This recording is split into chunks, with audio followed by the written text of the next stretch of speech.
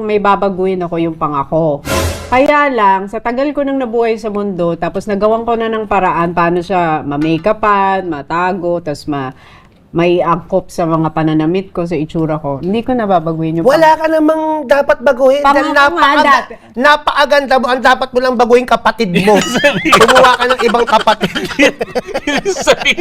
Kahit saan, wag lang si Alex. Nakakasira sa pamilya niyo yun.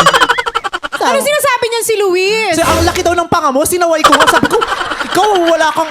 Sinabi yun? Oo, ano sabi ko sa kanya, huwag mo sinasabi, puro aligasyon yan, hindi natin kayang patunayan. Kaya daw hindi kayo nagkatuluyan, nagsawa daw siya sa'yo. Hindi nga. Oo. Dahil? Sabi niya, 3 years ko siyang niligawan, tama ba? Oo. Sabi niya, pinagsawa ako. Unti-unti na-realize ko, wala naman palang masyadong special kay Tony. Sabi nga, ang sama ng ugali. Ang payat ko talaga noon. Alam mo ba dati, pangarap namin ng ate, mag 100 pounds kami. May one time, ano na ako nito, siguro mga 18 years old. So, kumain ako na kumain. Kasi 97 ako. Gusto ko mag 100. Tapos sabi ko, 98. So, 98. Tapos sabi ko, shock, sana mag-ano na ako. 99 na ako, kain pa ako. Finally, nag 100 ako. Ay, nag 100 ako. The next day, nagtai ako. Nag 97 ako. Ay, 3 pounds pala yung tae. Promise! Hindi ko makakalimutan! Hindi ako maganda nung bata. Pero feeling ko maganda ako nun. Kasi lagi sinasabi ng mga tao, mas maganda raw ako sa ate. Pero nung na-realize ko, hindi pala ako maganda nun. Yung mga pinagsasasabi ko. Pero sa itsura ng ate ko, parang mas maganda ako. Nung kabataan. Oo, nung kabataan.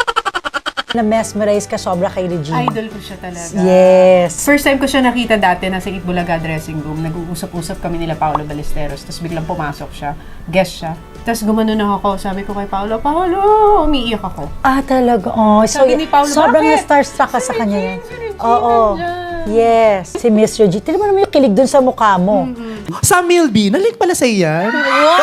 Yan ang bagong-bago ah. Parang hindi ko alam yan ah. Nakasabay mo nga yan nung tayo na naging kaibigan kita. Kaya yung mga panahon na sobra kaming naging super close ni Tony. Magkasama kami sa dressing room. Kasi nga ayaw niyang dressing room kasama si Sam Milby.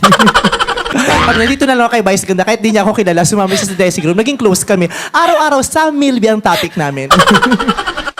May kilala kayong na nag-miscarry, huwag niyo pong sisisihin, huwag niyo hanapan ng mistake. Baka kasi ganito ginawa mo. Pag po nakuna ng isang babae, hindi niya po yun kasalanan. Kahit na balik-balik ta rin nyo, kahit na humiga lang siya, matulog lang siya, kung hindi yun talaga matutuloy, hindi yun matutuloy. So, huwag niyo pong ibigay sa babae yung burden. Usually, kahit hindi niyo po sinasabi dun sa babae, yung babae, hindi niyo alam, personally, may pressure siya, tsaka biniblame niya rin yung sarili niya. So, ako, ganun po yung nangyari sa akin. Kahit anong gawin ko, if hindi ito ang panahon ng Panginoon, hindi talaga mabubuo. Kasi wala naman nakakagawa ng life kundi ang Panginoon eh. So, it's not really in your hands.